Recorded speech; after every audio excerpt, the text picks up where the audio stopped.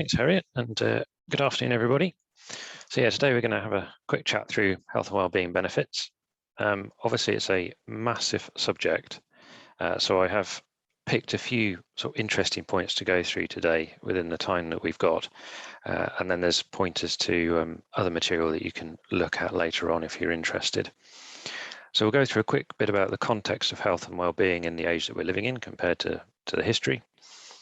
We'll look at a few slides on the benefits of quality green-blue space and some examples and projects that I've been involved in and how they've been of benefit. And then a quick slide on the thinking following the COVID-19 pandemic. There's been a huge amount of research on this, some really interesting papers out there. And again, it's a massive thing, so just a few points to trigger some thinking and discussion around that. And then we'll have a look at how we can incorporate these benefits into the designs that we're trying to put forward as we get on with our daily jobs. So, green-blue infrastructure is a mechanism for delivering ecosystem services within our urban environments, and it's also a way of bringing nature into those urban environments and getting people to interact with it more closely where we can within our towns and cities. So there's a huge range of benefits and services that come out of that, each in its own a presentation, and we're focusing on health and well-being today.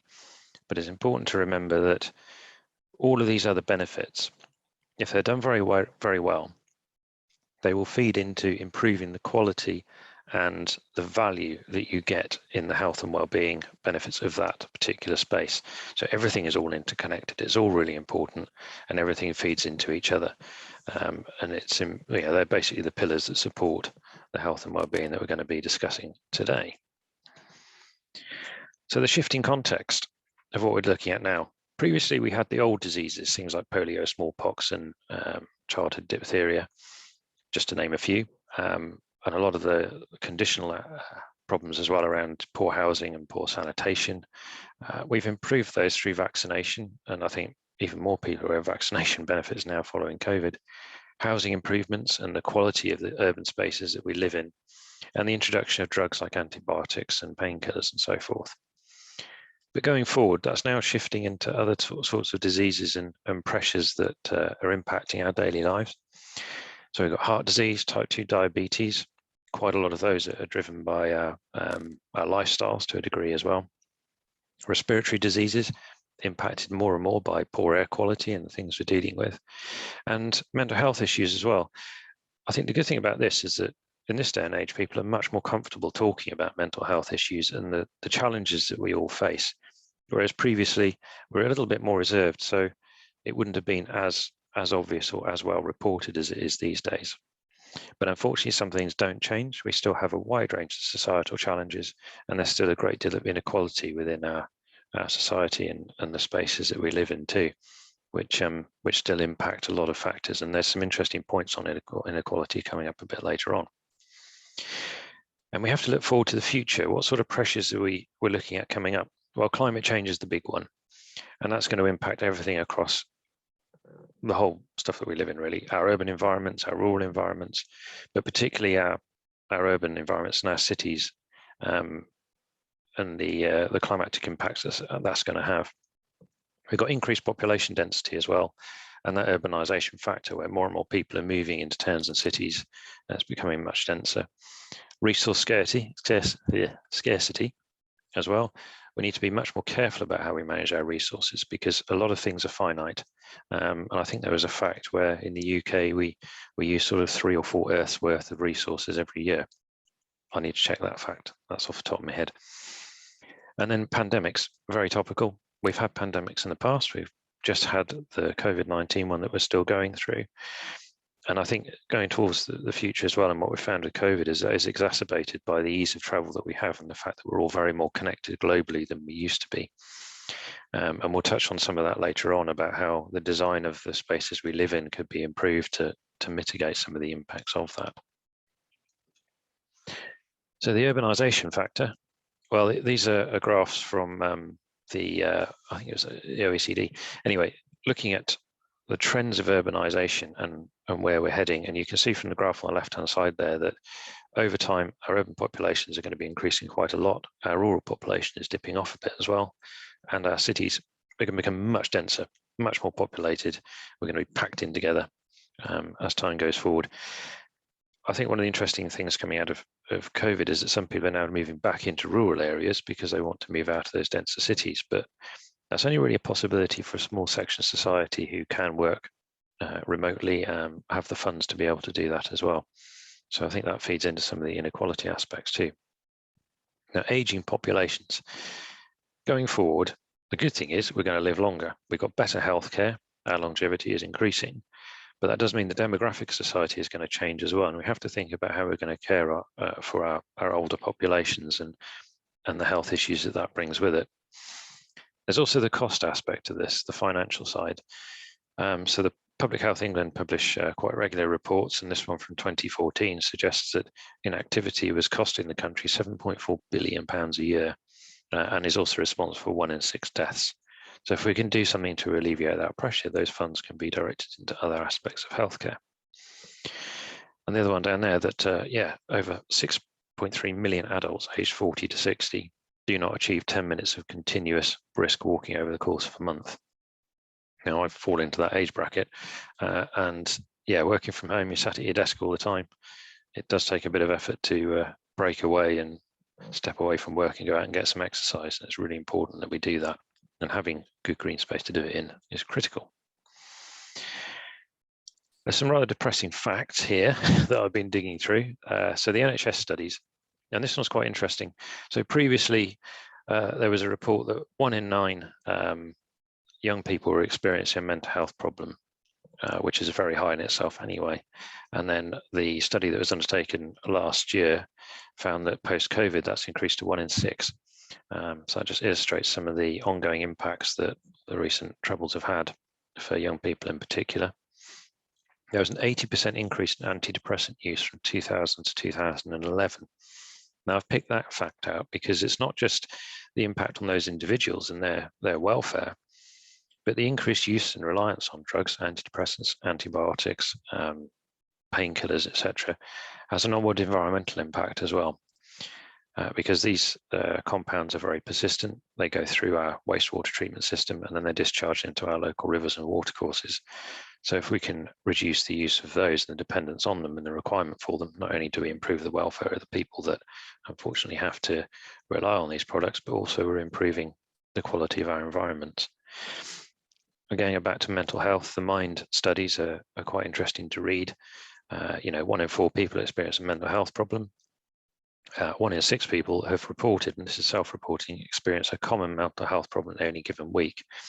So that's things like anxiety, depression, and so forth, and that's quite critical. And 1 in 5 people had suicidal thoughts. This is a really sad fact to think about, that so many people are impacted by that. And if we can improve the situation through our environments, and so much the better. And there's some rather sad facts down the bottom here that like 64% of children play outside less than once a week, which I think's really sad. And 20% of children have never climbed a tree, which I find really upsetting because I love climbing trees. And it's unfortunate that a lot of children don't have that opportunity. And again, coming back to the cost aspect, stress and anxiety following this 2018 study was costing the NHS around £71 million a year. And again, if we can alleviate those pressures through modification of our environments, those funds will be available for other health issues to lead into that. So how do we connect nature and our green spaces with the health benefits? Well, there's an interesting study undertaken by Dr. Kuo in 2015, where she developed these causal pathways. And there are 21 of these causal pathways and connections between what we're doing in nature through to how that then impacts downstream on our health and well-being. So these pathways are all connected up to your physiological and psychological states, but also behaviors and conditions. I think behavior and condition is quite an important element as well, which is not always considered. And each of these is tied to a form of contact with nature. So how are we experiencing that environment that we're in, and interacting with nature in that form? So it's how we get nature into the urban environment through the implementation of good green blue infrastructure. Now, the active ingredients, I've had a look at these and I sort of split them into the macro scale and the micro scale. So on the macro scale, we've got things like biodiversity in the general environment that we're in and interacting with it. How do we interact with the nature that's around us? We've got those environmental factors such as the air quality that we're enjoying, those sights and sounds of nature, the sensory interaction that we have, and the wider environmental benefits as well. So there's noise reduction, there's improvement in air quality, potentially a reduction in heat because of the urban heat island effect that green blue infrastructure has a very good impact on that. And the study also noticed that in some spaces, there was a decrease in violence or a decrease in the perception of violence and those sorts of emotions that you get associated with that. There's an interesting point around that coming on later on as well. On the micro side, I've picked out something in particular here. That was a study I read that I felt was quite interesting, and that's these beneficial chemicals that can be found in the environment. Now, phytoncides, I didn't know much about them a while ago, and I've done a bit more reading. They're volatile organic compounds that are emitted particularly by trees through the secretion of oils that then get volatilized into the air, and we then ingest them and through respiration and contact. And this study found that they had a very positive impact on the performance and the number of natural killer cells. So natural killer cells are part of our immune system, and we use them for fighting all sorts of disease, and they boost their activity. So we're getting a direct improvement there, a direct benefit from our environment and what the environment gives to us as well. Then there's the beneficial organisms, so the mycobacterium that are there. Again, there's other mechanisms that are very complex. There's loads of reading about that if you want to go and have a look at it later on. Can't really cover that in too much detail here. But we got those sort of the micro side of it, direct contact with our environment and the beneficial compounds and products that we can get through that. That's a picture of me there enjoying a walk in the woods just before Christmas, which helped me to relax before the holiday. So some of the other benefits of nature. So again, this is a huge subject, so I've only picked out a few key interesting points here. Lots of studies going on around here. Now, the first one was quite interesting. They looked at forest bathing, and this was based particularly around Japan, where it's a huge thing. Lots of people do it. And it's found to have a really positive impact on the decrease in stress. And the study was interesting because they compared two cohorts. One cohort was in the forest environment, and another went into the city as a tourist. So you've got two groups of people who are going into an environment from recreation and relaxation point of view. So it's purely recreation, it's not work. However, in the forest, there was a much greater effect on people's feeling of well-being and a reduction of stress than there was in the city tourist, who was still there for recreation, but didn't receive the same amount of benefit.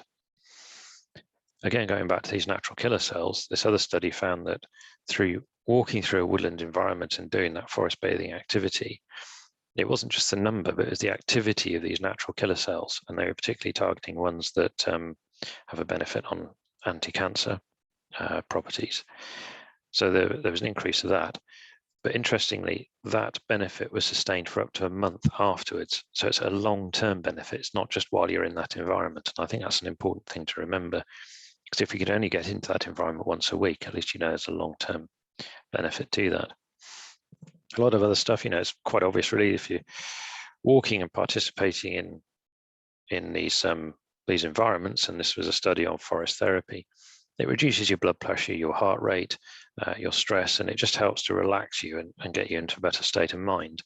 And this improves both cardiovascular and metabolic functions as well. So it's helping to improve your circulatory system and reduce the stresses on it. Going forward, there's some really interesting work looking at attention restoration theory. From a work point of view, this is particularly interesting because it improves your cognitive functions and helps you to concentrate and focus on what you're doing. So this found that exposure to nature, and this was a range of natural environments that were looked at in the study, it restores your prefrontal cortex mediated executive processes, as they call it, but basically your cognitive ability to think and react to situations and process information as it comes in. And there was a fascinating study done on a group of hikers where they took them into this woodland environment for 4 days, completely unplugged from technology, no phones, no laptops, no tablets, nothing. And they found that they were in this environment their brains went back to what they call a default mode of networks in the brain. This is an incredibly complex subject, and I'm no expert, but it's a really interesting study to read, because these background processes are how our minds react and process to all the environmental information that we're taking in. And also, while we're doing tasks, it's the stuff that's happening in the background, those default modes, are processing problems, finding solutions to things, processing all sorts of thoughts in the background. And I certainly find, if I'm tackling a technical problem at work, if I go for a walk, I've stuck it to the back of my mind and I'm walking along the river and thinking about other things, and that's ticking along in the background, and quite often then a solution will pop to mind. And that's how those default networks work.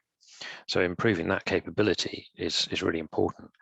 And the impact of modern technology is that we're bombarded with social media, with our phones and our tablets. There's always things going on distracting our minds and distracting those background processes.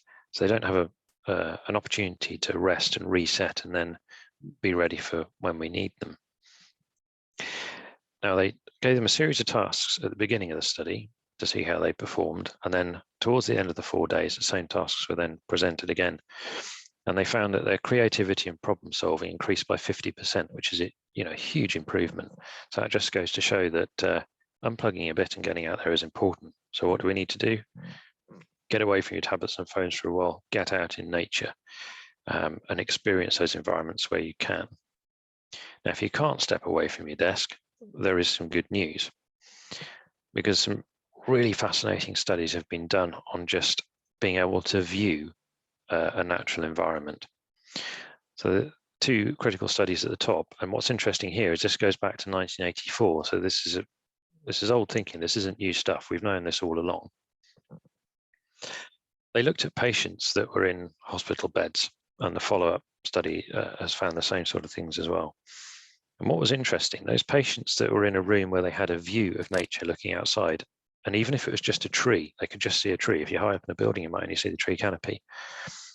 This had quite a significant impact on their recovery rate post-operation. They had a higher satisfaction with the nursing care, which I thought was an interesting point, because your frame of mind, your mood has improved, you're slightly less stressed. There's also a decrease in the use of post-operative painkillers and analgesics. Now, going back to the point we had earlier about antidepressants, that we reduce drug use, that's always a good thing. So that's a really, really important point there. And then obviously compared to those patients that were stuck in a room with no view, they didn't have as a greater recovery rate of things. So that just shows the importance of that. And it doesn't have to be long term. This study found that a 40-second micro break looking at a green roof out of an office window improved concentration within the workplace. So if you're fortunate enough to have a window by your desk, just taking those screen breaks. We're supposed to take screen breaks quite regularly from our computers. Instead of looking at something on your desk, just go and look out of the window, because that will actually help if you can get a nice nature view to reset your mind a bit. And this goes forward to education, which we'll come on to in a bit as well. These dormitory students, which they did a bit of a guinea pig study on. Some students were given rooms with a really nice view, and others weren't. And then they also looked at photos as well. So part of the study was looking at pictures and things like that, which I thought was quite interesting. And that also improved their concentration, their cognitive abilities. And that leads on to this interesting point here with this study, where the participants were only shown photos or pictures of nature and photos of urban environments. So they weren't in that environment, they weren't able to see it live out of the window, but it still had a restorative influence and an impact on their feeling of well-being. So it's our mental connection as well. So even if you can just see a photograph, that's quite important. And it shows that between the two, those with the urban environment photographs didn't really see much benefit at all either. So yeah, get a nice picture and have a look at things as well. So moving on a bit, I wanted to focus on a couple of key points. And I thought the elderly is a subject that's very interesting. I've done a little bit of work on this in the past. We all get older, so it's in our interest to, while we can, create these spaces, design them, build them, and create these environments that we're going to enjoy when we get older as well, not only just looking after the population that's coming forward. And going back to the graph we saw at the beginning, demographics are changing. Our population age is increasing. We're going to get older as we go forward. You know, the age of the population is going to increase. So we really do need to think about this within our urban environments and our cities going forward. How do we look after our aging population? Now, these studies looked at, particularly in Japan, China, and Hong Kong, where you've got very dense populations. So a lot of the research on this area has come out of that. They found that people that had access to good green space had less mental health issues, and there was a direct correlation between mental health issues and the ratio of green space within the area. So around their area where they're living, how much green space they have access to. And this other one, this study here that I've highlighted there, found that just a 10% increase in the coverage of green space, which is quite small when you think about it, had a significant correlation to reducing all-cause mortality, which is quite important. So that's all aspects that can contribute to mortality, and specifically circulatory and stroke. So just having access to the environment was really, really important. Now, the picture on the right-hand side is of a courtyard garden that I was fortunate to visit in Budapest a few years ago. Now, this is a church attached to a nunnery, and there's also a religious school attached to it as well. And the windows you can see on the right-hand side are the rooms for the nuns that have retired. So they live in a little community here now. They have access to this green space that was designed for them in the centre. And talking to the people there, they really value this space because it's somewhere that they can get out to very easily. It's safe. They can meet their friends. They have social gatherings there. They have little areas of garden that they can work on as well and grow plants. They can walk around it, so they get their exercise as well. And it's directly outside where they're living. And again, all those windows are facing onto this green space, so they get the view too, as well as being able to experience it. And the attached school has use for it as well. So the students are able to come in and enjoy the space and use it for educational purposes. So that was a really nice example of how you've got a direct benefit in quite a small area that's really having a huge impact on the lives of those people living there. It's really nice to walk around as well. It's very peaceful. There's a beautiful bit behind the tree, which I haven't got a photograph of, where they've grown a series of yew trees into almost a mini cathedral with a prayer space in the middle. So you can sit in this very quiet space and contemplate and undertake prayer, which is really important to them. So that's something to think about. Now, on the other side of this, there are aspects to consider with how we design these spaces, because there have been some studies on other impacts with regards to this.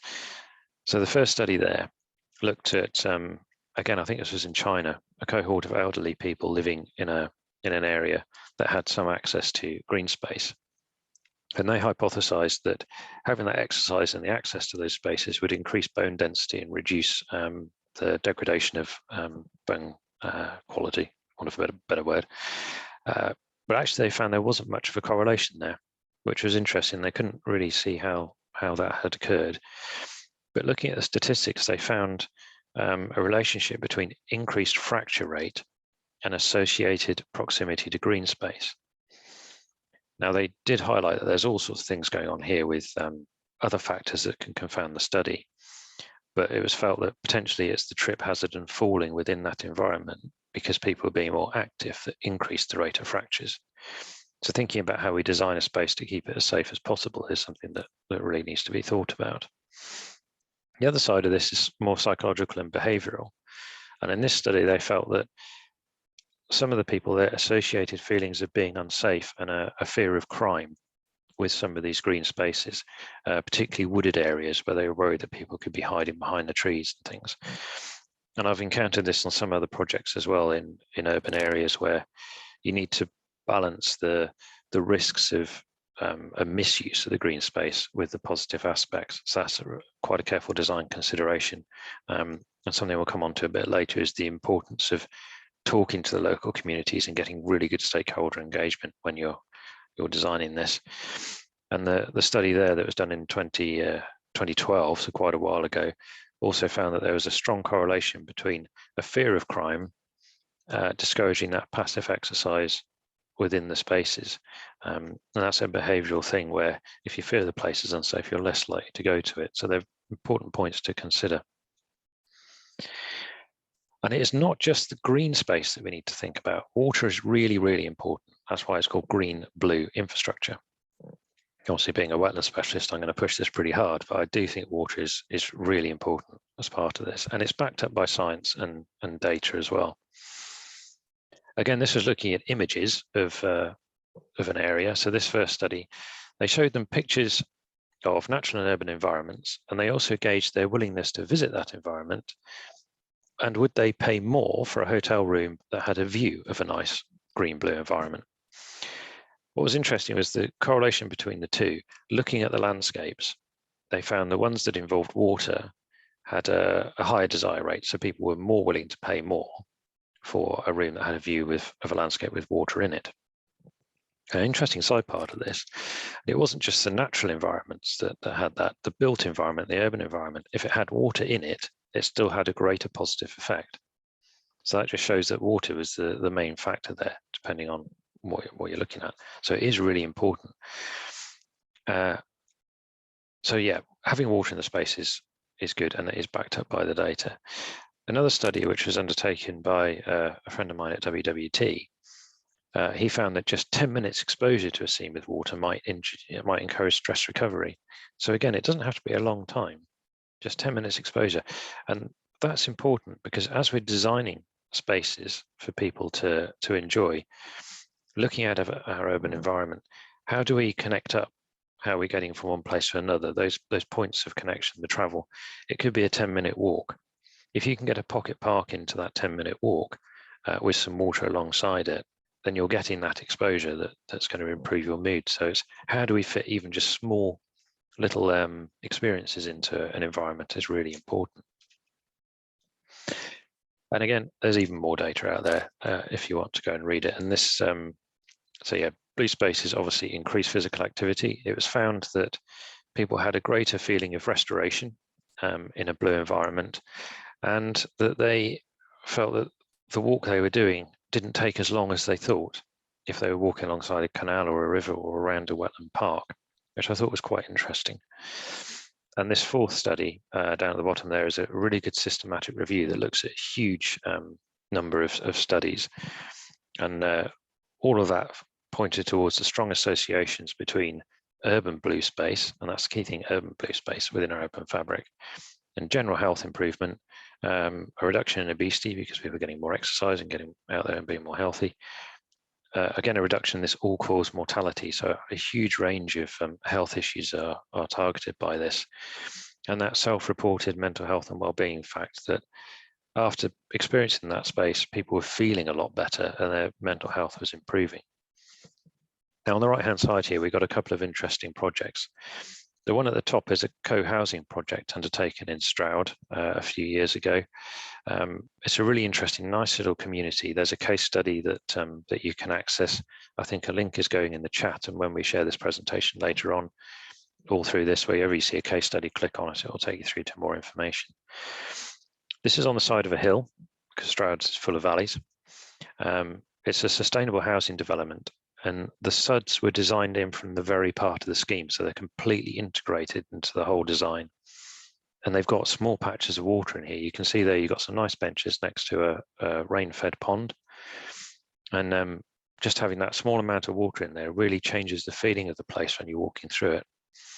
Now, unfortunately, it's not really open access, but you can go about trying to see if you can go and have a look around. But the residents obviously don't want loads of tourists draping through their nice little housing project. It's a really good scheme. The one at the bottom is a project I've been involved in just outside the back of my block of flats. Fortunately, I'm on the edge of the river frame, and I've got the Stroud Water Canal there as well. And there's an old mill pond located on the river frame, and it had become very silted up. All the open water you can see there was pretty much gone. You had the river running through the middle. But all this silt had built up, and there was lots of rubbish there and things. And with the Stroud Valleys project and WWT, we undertook a scheme to desilt the area, move the silt into the central zones, do a lot of work with the trees as well to bring them back into an area of management for the alder and the willow. We've seeded it, we've done some other planting. Now, the good thing about this project is we engaged with the local residents from the very beginning and had their buy-in about this. listened to their aspirations of what they were after, and we got them involved in the project. And the feedback we're getting is that when they're sitting in their gardens that back onto this pond now, they're enjoying the space so much more. They're spending more time down at the water's edge, and they're really seeing a seriously positive benefit of having this restored space there. On the other side of that, we have the volunteers who, Stroud Valley's partnership, we had volunteer groups coming in and helping to undertake some of the work outside of the main work we needed the contractors to do. And we have a range of people coming to those groups, a whole range of ages, abilities, some people with different potentially mental health problems as well, and other challenges that they're getting. And just getting out as a group into that environment, doing some work.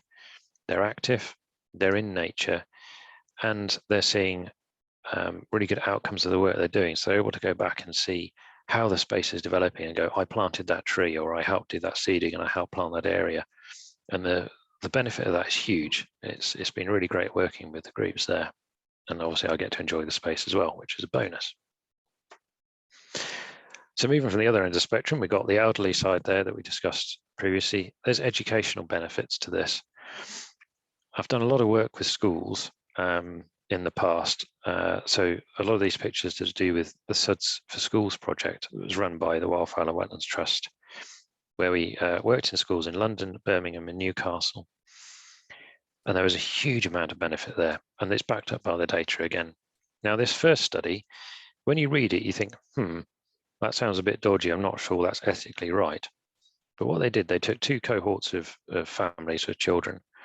One lot, they moved into an area with housing that had a lot of green space and a lot of a greener area, more trees and things. And another group, they moved to an area with housing that didn't have any green space. And they conducted a long-term study, and they found that those families that were in areas with a lot of green space had higher levels of cognitive functioning, a better academic ability and things compared to those that don't. So there was quite a striking difference in that study there. And the fact that residential green space can be beneficial for both intellectual and behavioural development of children. I think the behavioural side is particularly interesting because there can be some challenges around that. And the benefits that I've seen myself are really, really good. And there is, again, a strong relationship between greenness and academic achievement. And this is a trend running through all of these studies that we've seen. Now, what's interesting, a lot of these studies focus on tree cover in particular, or trees in the green space, rather than looking at the blue aspect of it. So I think there's work to be done there to look at the wider, more integrated green spaces going forward. And again, this final study looked at tree cover and how that had an impact on socio-economically challenged schools and those in a more affluent area. And there was a real difference between those that were in a slightly more deprived area, more challenging environment, and socio-economically challenged schools compared to those that were in a more affluent area. The effect was much greater in those schools in the challenged areas. Now, there's a little bit of discussion around that. Personally, I think it's probably that if you're in a more affluent area, you've got more green space around you anyway. You've probably got a decent garden and things like that. Whereas in the more challenged areas, you've got less access to that green space. So having that in the school had that huge benefit. And that just shows how important it is we get things into our schools and have access for the children. Now, these projects that we looked at in the schools in London, Birmingham, and Newcastle, we went in and we put green space into loads of little tiny areas throughout the schools, in the playgrounds and everything else. We got the kids involved in it from the start. They were also involved in some of the construction. And going forward, we went back afterwards and I ran some lessons in these schools as well. Being able to take the kids out into these little environments and lift up a log and go, here's a newt, here's a lizard, here's some really interesting wildlife in there. It was fascinating. It blew their minds because particularly the school in Birmingham was in an area where there's hardly any green space and not much wildlife.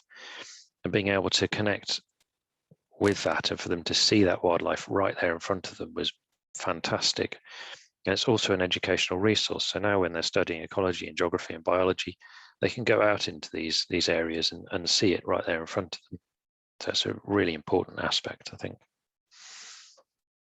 So thoughts following the pandemic. Again, there's a whole bunch of really interesting studies being done on this at the moment, going from 2021 onwards. And they found some interesting facts to this. Now, the top picture is my balcony. That was my green space when I was locked in my flat. And then as you go out and around, you can, you had your daily exercise, and it suddenly became really important where you could go with your allotted daily exercise when you're allowed out. Can you get access to anywhere where you want to walk?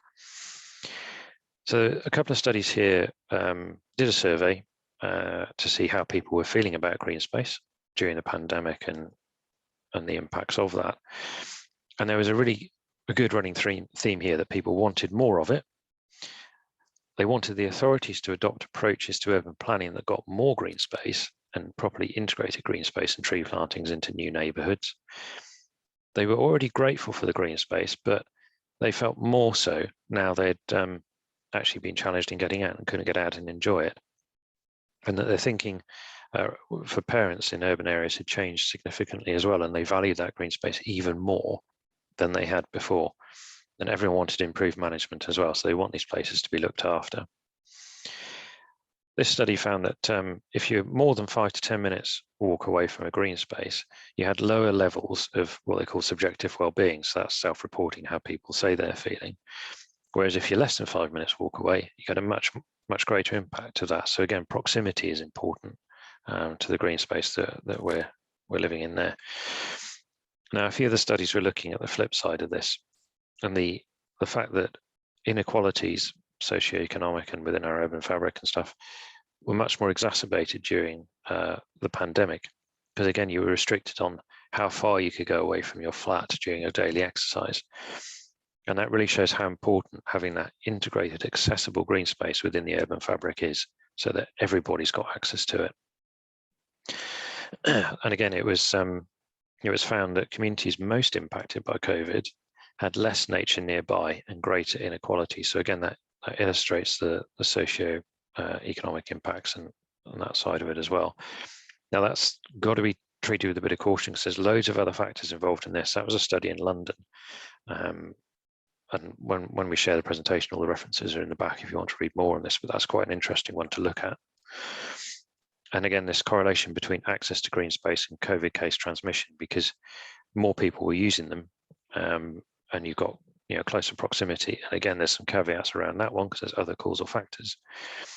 But as we go forward, designing our spaces for these potential future challenges of climate change, potential increase in pandemics, etc., is going to be really important as well. So we need to think about how we're designing these spaces going forward, which takes us on to thinking about incorporating the benefits into design. So again, loads of studies about this, and my own experience as well has shown this, that there is a perceived improvement in mental well-being and general health as well when you're in more biodiversity. Now, this first study was interesting because it showed that it wasn't just actual, it was also perceived biodiversity that had an impact too. So it's your own perception and the way that your brain deals with that. And that shows that your mind has a great impact on your health as well. So if a space looks really good and looks biodiverse, it's going to have a better impact than one that does not. The quality of the ecology and the aquatic environment. So how good is that space? Is it really good for nature as well? That impacts on having a better recreational capacity.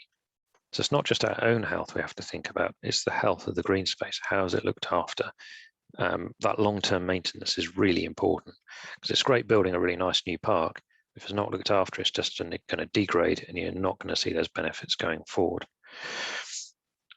This is an interesting one, and I'd like to discuss that one more possibly in other workshops, but it says suds created as ponds offer higher ecological quality than those created as swales and detention basins.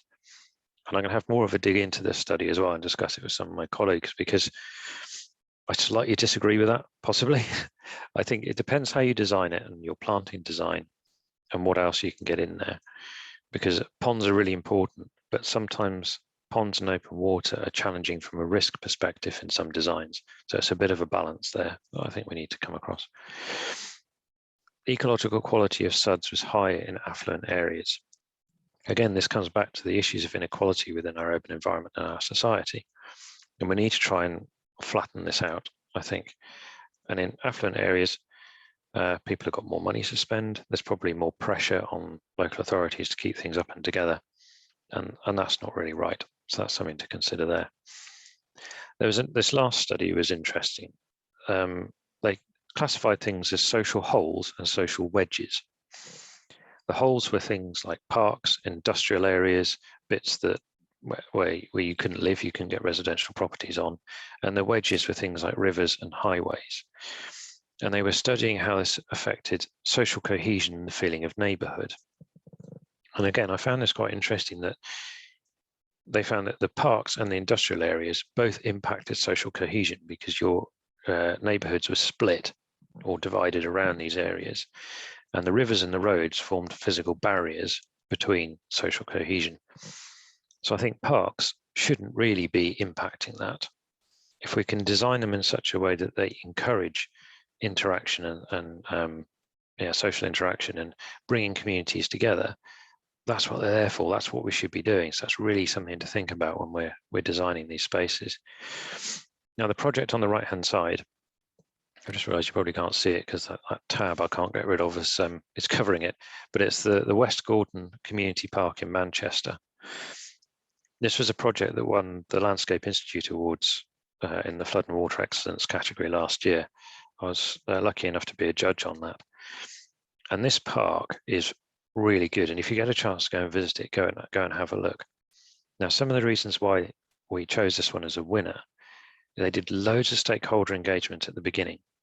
They really involved the community from the very start of the project, listened to what they were after, what their aspirations were, what did they want out of the space. And they carried that forward through the design. The community were then involved in parts of the construction. They did some of the planting as well. And it's got features in it such as community gardens, space where people can just chill out, safe areas for children to play. They've done work on the roads around it to reduce the traffic and calm the traffic measures. And it's pulled the communities around it together really, really well. And it's a fantastic study. So have a look at the case study on the website. And if you get a chance, go and have a look at it, because it's a really nice public space. So one of the last points I want to cover here is how we go about the design. And I think stakeholder engagement, communication and community involvement are all really, really key if a green space is going to work. It's very easy for us as designers to go in and impose a design on an area thinking we know what people want. And that's not really the case. Talk to people, communicate with them, see what they're after. What are the challenges in the local area? What particular things are they wanting to improve? Then you have a really successful project that everyone cares about and looks after. And that's key. If someone doesn't care about a space, it's going to get trashed. If they feel involved in it, they have a sense of ownership, then they're really going to look after it, value it, and use it. And that's the whole point of what we're trying to do. And the last point here is that good design is a cross-discipline process. It's important to have a really diverse team with loads of skills and capabilities. We can't do everything on our own. So when you're pulling together a project, getting those relevant disciplines, that's things like landscape architects, arborists, ecologists, horticulturalists, stakeholder engagement specialists, community engagement specialists, and then you'll get a good quality project out at the end of it. And I think that's something that I've learned over the years of working on quite a lot of community involved projects. Go and talk to the people and really get them involved, and they'll love it, and you'll see loads of benefit out of it as well. So I think in summing up, basically green blue spaces are fantastic. The health and well-being benefits are huge. It's really complex. There's loads of studies out there, loads of information if you want to read more about it. And get out and enjoy nature and make sure that it is green and blue. Get water in there as well, because the benefits are huge, as the data shows. So yeah, at the end of that, thank you very much for listening. And I'll hand back over to Harriet now.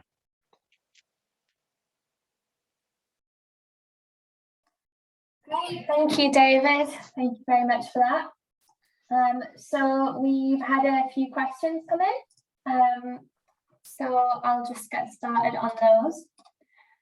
So firstly, we've got a question from Susan Cook, who says, "Hi David, what are your thoughts for sustaining the long-term maintenance of good quality blue spaces?"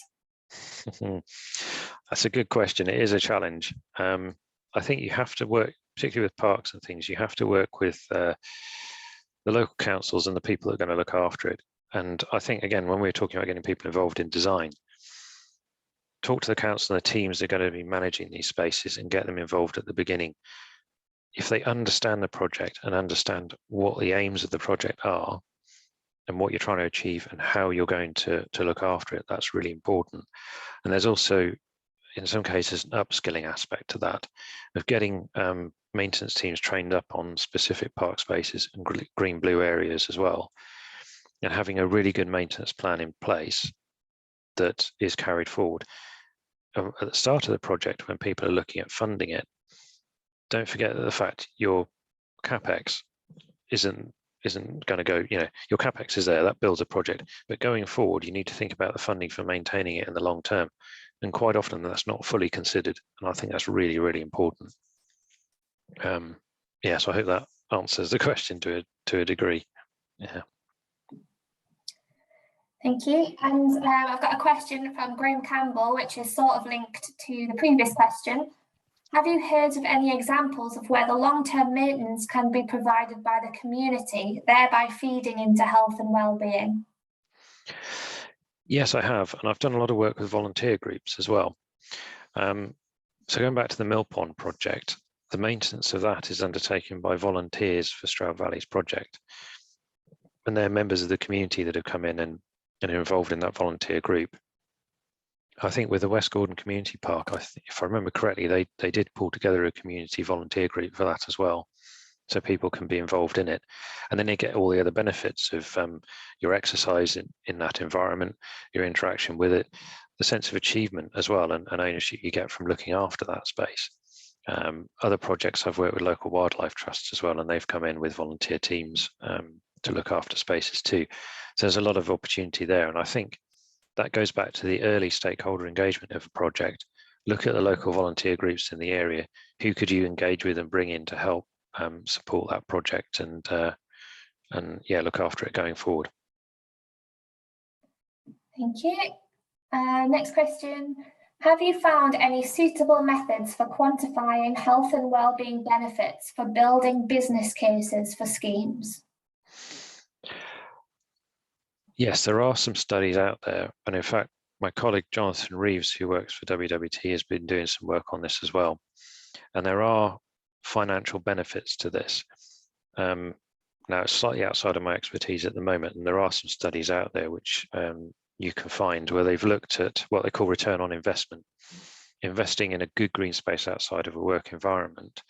And there are studies that show you get reduced absenteeism, increased productivity, increased creativity, and less stress in the workplace. And there have been some studies that have attached a financial benefit to that and a financial gain. And that helps when engaging with employers to say, look, actually your investment in this, in improving the space for your employees, will be returned, and more so with the benefits that you get out of it. Yeah. Great, thank you. Next question from Brian Reed. Will increased water in urban areas lead to malaria as the climate changes? Now, this is something that has come up quite a lot recently. Malaria is a concern, because if you've got wet environments, you're likely to get mosquitoes. Now, there is work going on in this area, and I worked on a paper a while ago when I was looking at a project on an island out in the Pacific, where they wanted to incorporate wetland treatment systems, and mosquitoes and malaria were a real concern on that. There are design factors you can build in, but a lot of them are around siting your wetland a suitable distance away from a community that the mosquito flight path isn't there and they can't get to it. Now, you can't really do that with a green space in the middle of the urban environment. So you need to look at other factors of how you can manage it that doesn't involve spraying insecticide everywhere. There are some interesting studies looking at how we can take us on going forward. But I think with the whole climate change aspect, when we're doing our design risk registers, we need to be thinking further in the future and including risks such as that. And how could we design in things now that help to mitigate it, and what might be required going forward?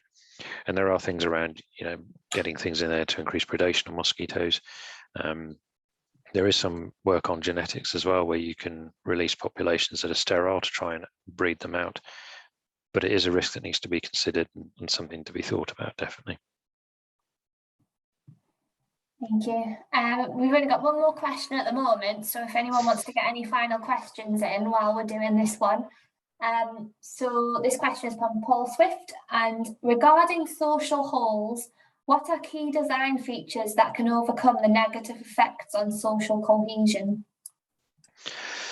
Yes, now that's something where I wanted to look into that study a bit more and maybe see what some of the background information was around it. Because the example of West Gordon is that it was the community involvement at the start that brought the benefits to that project. And another project I was involved with WWT on a place called Salt Hill Stream in Slough, that was daylighting a stream that had been culverted. And we got the community involved at the very start there as well. And there were concerns over crime and the misuse of the area and how we worked around that. And it was that early involvement that meant we could incorporate things into the design that brought the community together and increased that social cohesion. I think that West Gordon, going back to it again, that was something that really impressed us about that project, was that aspect of it. So I think that's something that's really key, get the communities involved at the start. And then it's also connectivity, looking at how people are moving through an area. If they're living on one side and there's work and commercial stuff on the other, how do we get those pathways through for people to transit through an area? And making it feel safe and inclusive as well. So it is a design challenge, and that the social whole thing is something that I want to investigate further, because it's put forward as a bit of a negative, but I think there's a way of looking at it, of how we can tackle that to turn the space into a benefit. So I think the community involvement is really important there as well, and getting that interaction in there. Great, thank you very much. Well, we don't have any more questions, and we've got 1 minute left in the hour, so that's quite good timing. But we've had some good feedback come in the chat, so really interesting presentation, great presentation on an important topic, very informative and interesting, excellent presentation. So, and I agree, it was a really, really fascinating presentation. So thank you very much, David, and thank you everyone who has attended and submitted your questions. Yeah, I'll close the webinar off here. So